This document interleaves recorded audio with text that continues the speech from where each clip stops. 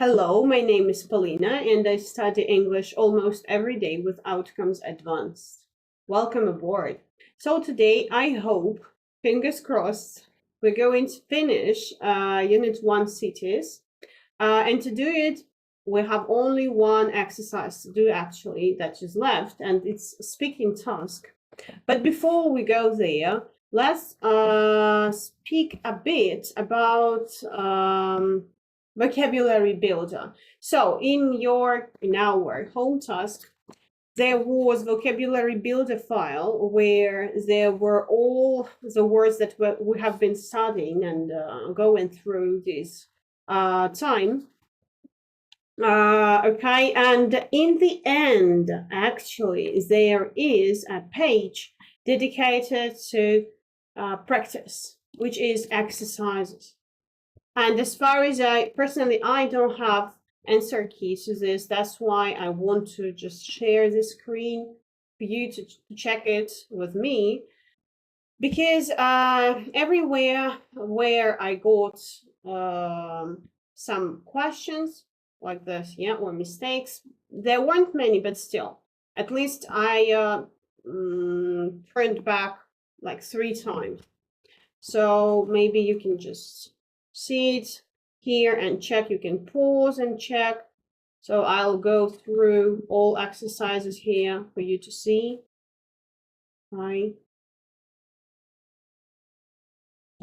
All these examples are from this file, right? Vocabulary builder. So you can easily find the word and all collocations, all forms like parts of speech it has and everything, right? The binomials, right? One door, the learnenglish, sick and tired, blah, blah, blah. There goes collocations, right? Word combinations. And 2 more exercises here. Actually, here I missed only one, which was global down for some reason. I couldn't think of any possible letters, but you see, now you can. And some phrasal verbs that were in this unit. Alrighty, so I think it's clear. I will attach this particular screenshot to the Notion. Okay. Here. A sec, it's just loading, yeah. So yeah, can you see here? So there was like this is a file of vocabulary builder, and here are the texts that were for today. You could have retold, and this particular page with exercises for those who just didn't notice it or something. Okay. So I will attach the answers to the class work materials section. Okay. Okay. So next thing we're gonna do today is read 2 texts, right? 2 urban myths. Let's just read them. A friend of one of my cousins told me this story. Outside the zoo in his city, there is this big car park. It must hold something like 150 cars and maybe 10 or 15 coaches. They charge cars £2 to park and coaches £5. Anyway, there was this really nice parking attendant working there who used to make jokes and smile, and everyone loved him. This guy must have been there for something like 25 years all in all. And then one day, he just didn't turn up for work. It was like he'd vanished. The zoo called the local council to let them know and to request a new parking attendant, but you can imagine their surprise when they were told that the parking area was their responsibility. They queried this and said surely the council employed the attendant. Sorry. No, came the answer. We'd always assumed you did. So somewhere in a far distant land, there must be a retired man who'd been taking around 400 pounds a day, 7 days a week for the last 2 decades. He must have taken well over 2 million pounds, and no one even knows his name. Let me breathe. Okay. So what we're gonna do now is retelling. I have prepared retelling. If you did as well, if you have as well, it's nice. If not, practice train your, like, what do we say it in English? Like quick type of memory, short-term memory, I think. Yeah, short-term memory. You can do this. So you can pause the recording now again and just retell the text yourself, to yourself. Okay, I'm gonna retell it to myself. Okay, so outside some zoo in some city, there was a car park, which must hold something about 150 cars and 10 or 50 coaches. They charged £2 £2 for parking, and £5 coaches. So anyway, there was nice parking attendant who always made jokes and smile, and everyone loved him. And he must have been there, like worked there for almost 25 years. But one day he just didn't turn up for work, and it seemed he'd just vanished.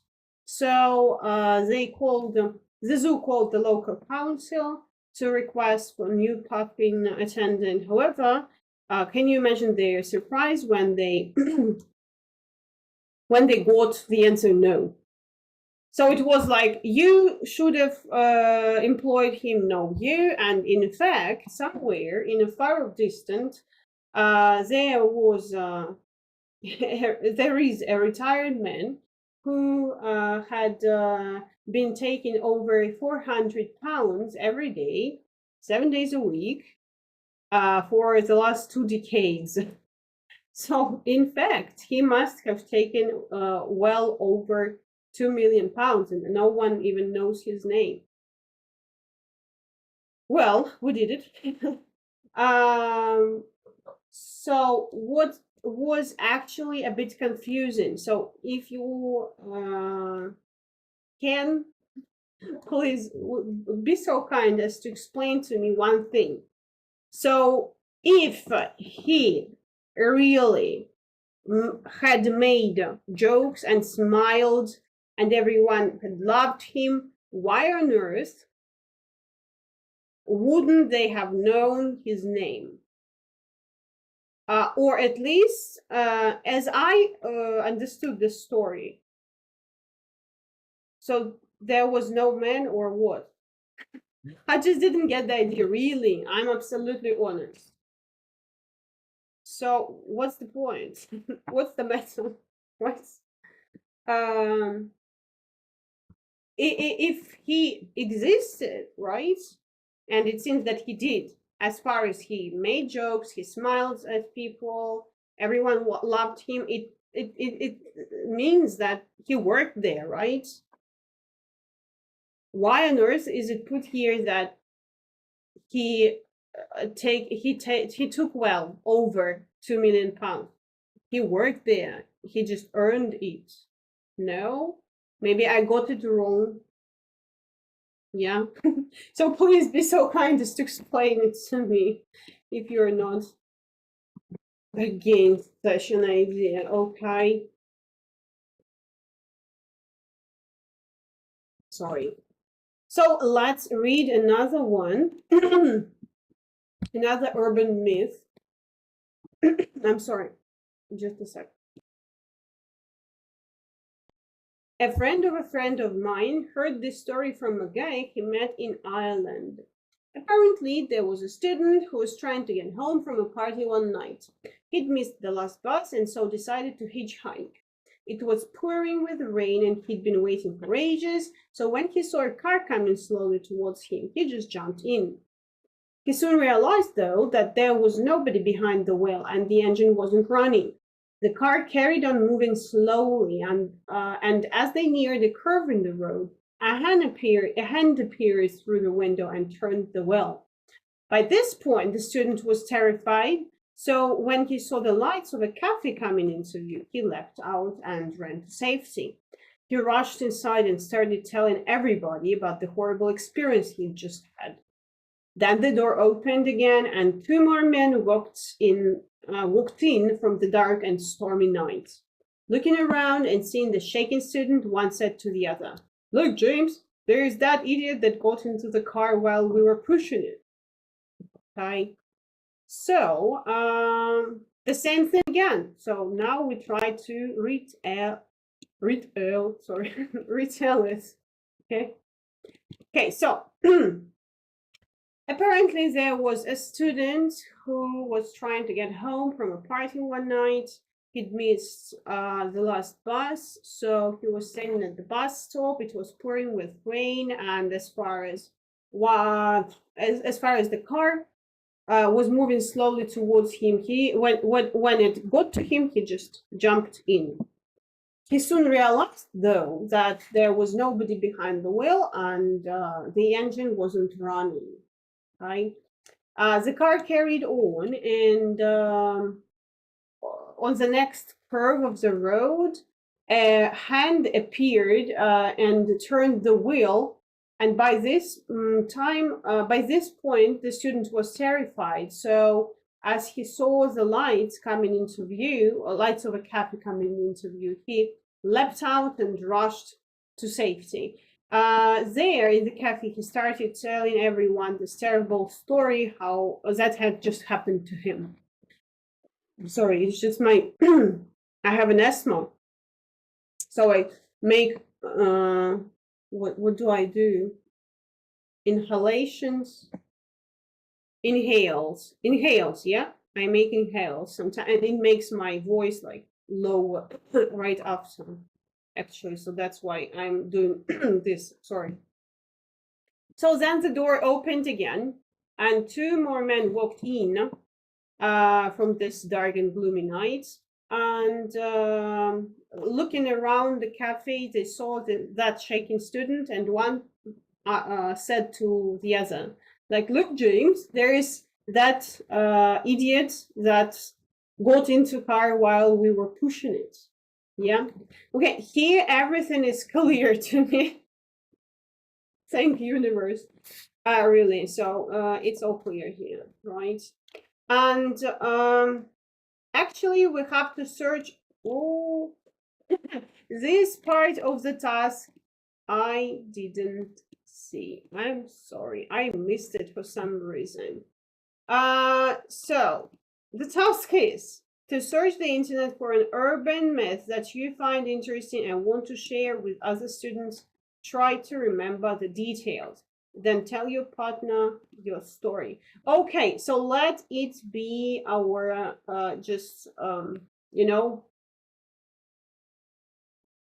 warm up task before for the next lesson. So we'll start the next lesson with the this exercise. Okay, and as far as you are on YouTube and can only leave comments below the video, leave your comments. I will be extremely glad to read it.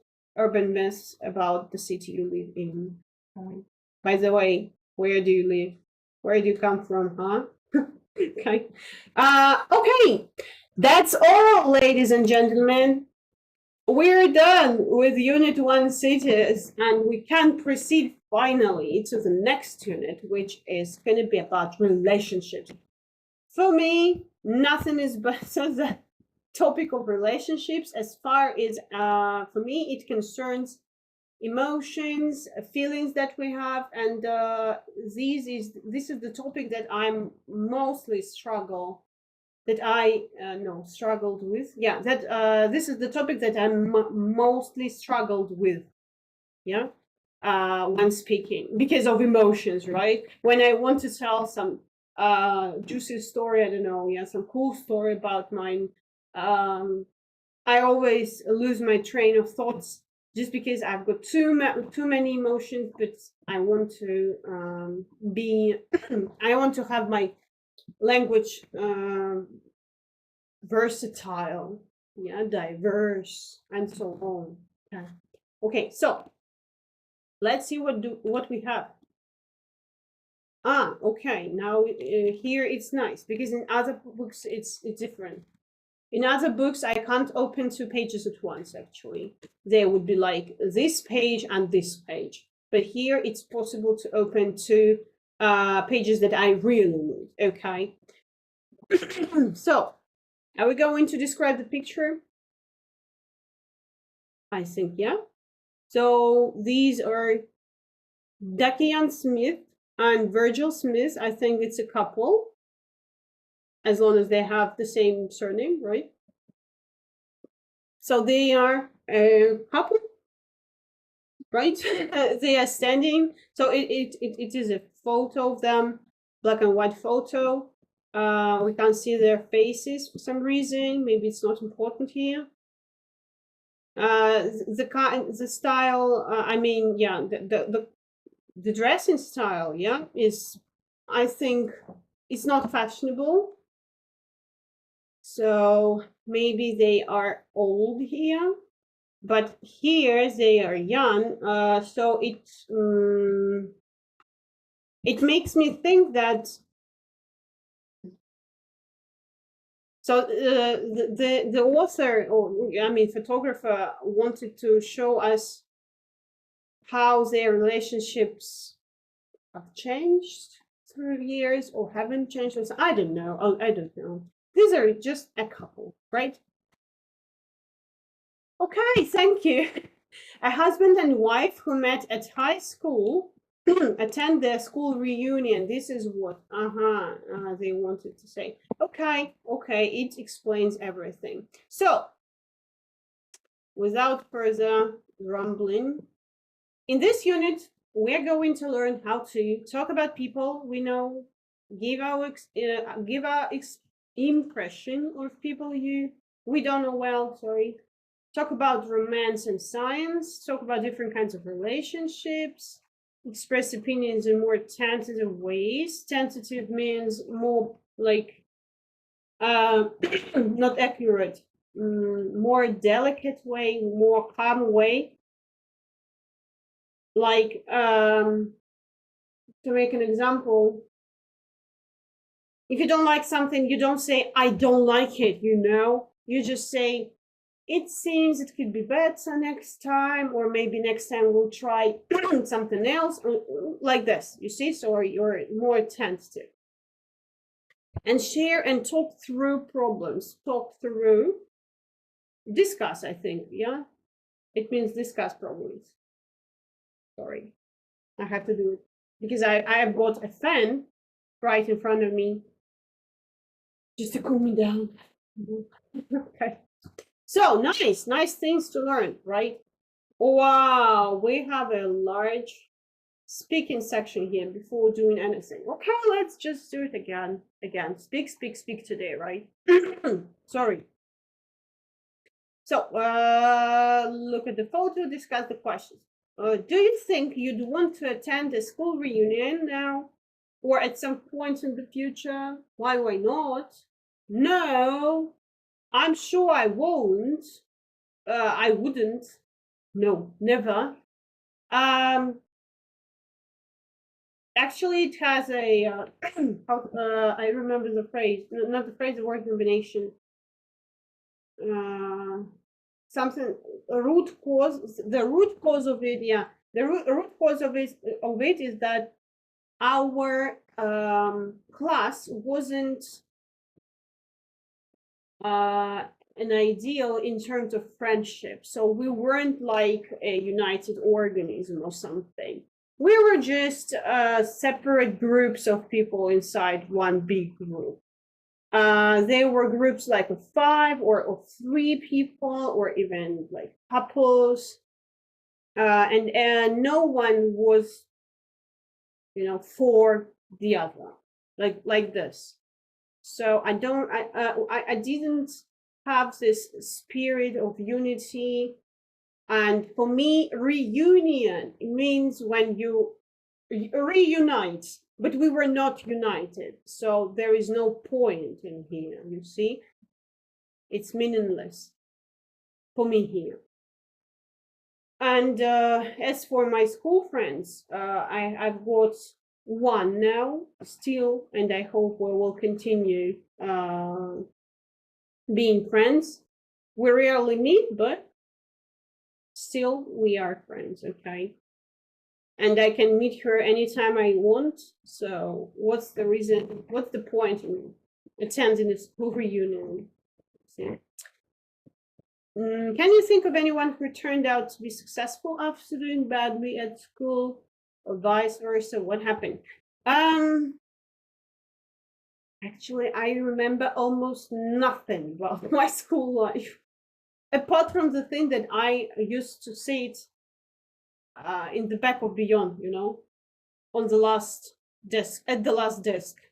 And I was like always separated from other people. I don't know. So, no, actually, I can't recall anyone. I can't. Sorry. Can you think of anyone whose character has changed in other ways? In what ways and why? If it's not about like my classmates in particular, then yeah, sure. I can speak of my boyfriend who is whose character has changed so hugely, so insanely huge, so hugely. Okay. In what ways and why? Actually, this is the second time when we are together. We reunioned, reunited, reunion. Is there a verb reunion? No, or yes, reunion. Is it the verb? Here we go. No, no. Okay, reunite then. So we reunited to bring people together again. Yes. So we reunited more than a year ago, like a year and several months, after having relationships for a year and a half or something. So it wasn't a great story the previous time, and we both had something to be changed in ourselves. And since that time, what I see every day now is a totally different person, totally. So he has become more responsible, more loving, more caring, more developing, more self-developed, yeah, more attentive. So everything is has just changed, really. Yeah, yeah. I've never seen him being like this. Have you ever been to any other kinds of reunion? No. So actually, only once I've been. I was, because it's all about kids. Only once I was at a reunion at my school reunion. I attended a school reunion when it was like 5 years after graduation. And I can say for sure, there is nothing to do with me or my interests, or like, it's insane for me to come there again. Sure. And I have never been to any other kinds of reunion. I can't even think of any, really. If you did, if you have, share your story. Okay. In what ways have your friendships changed over time, and why? Okay. Yeah, I have one friend. I mean, a friend from school. And at first, so we've been together now, like we've known each other now for how many years? I'm 29, and I finished at 14, 7, like not 16 years, something like this. It does not that matter, I think, yeah? So, how have our friendship changed? A lot, I can say, because at school we used to like walk together, stay at each other's places all the time, doing homework, you know, with it was always like we would come home from school together. We would stay doing our homework together. We would have dinner together, and so on. And or in summer holidays, we would always go to my grandparents' place or to hers. And moreover, more than that, we went into sports when we were children, not children actually. So almost 7 years we dedicated to badminton. Yeah, and we went to every training session together and to all, how do you say, sbory? So it's the time in the summer or during the year when you go somewhere just to practice your physical skills, to improve your physical skills, not your playing skills, but physical skills. Like this, different camps, okay, different camps, sport camps, I mean. And so we were sorry,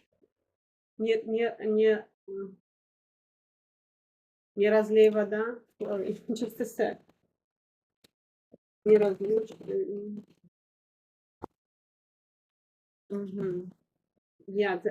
don't spill the water. Inseparable. Okay, we were inseparable, I can say, yeah. But then, sport ended, finished, and school. We graduated from schools. We attended different universities, and our interests changed. And both we got our boyfriends, and then became wives. And then she got pregnant, and then she got a baby, and I ruined my life with my ex-husband, also got divorced. And in this long period, we did not contact a lot, actually. And only after I got divorced and, rebuilt my life, we started communicating again. So I texted her, I called her.